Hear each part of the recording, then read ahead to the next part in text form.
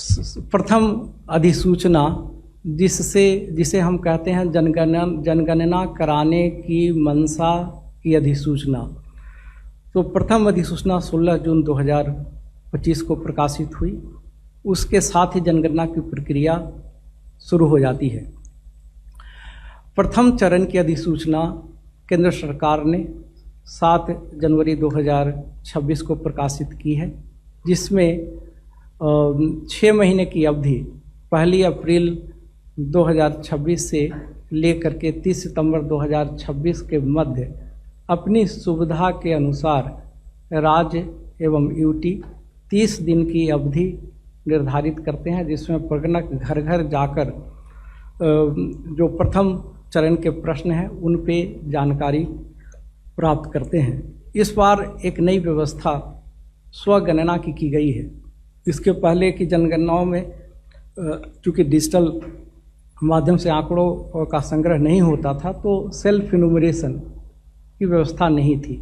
अगर नागरिक अगर कोई भी व्यक्ति सूचना स्वयं भी देना चाहता हो तो ऐसी व्यवस्था नहीं थी।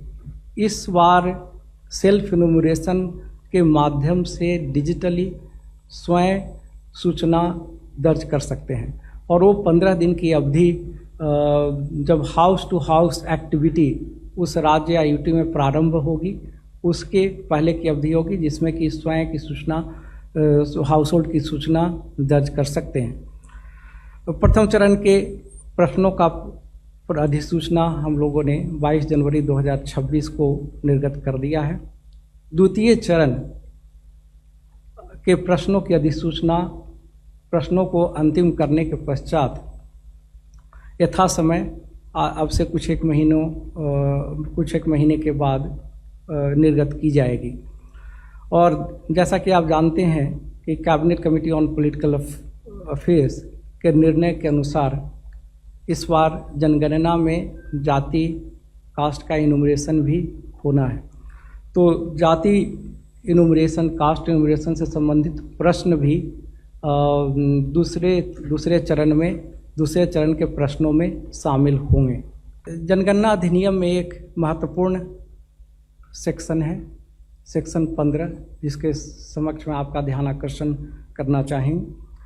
इस सेक्शन के अंतर्गत व्यक्तिगत आंकड़े जो जनगणना के दौरान दिए जाते हैं वो पूरी तरह से गोपनीय है। आरटीआई के अंतर्गत इसे साझा नहीं किया जा सकता। न्यायालय के समक्ष साक्ष्य के रूप में इसका प्रयोग नहीं हो सकता है, और किसी भी व्यक्तिगत आंकड़ों को किसी भी संस्था के साथ, सरकारी, गैर सरकारी, विभिन्न विभागों के साथ शेयर नहीं किया जा सकता है। सिर्फ एग्रीगेट सांख्यिकीय आंकड़ों का ही प्रयोग टैबुलेशन के लिए किया जाता है।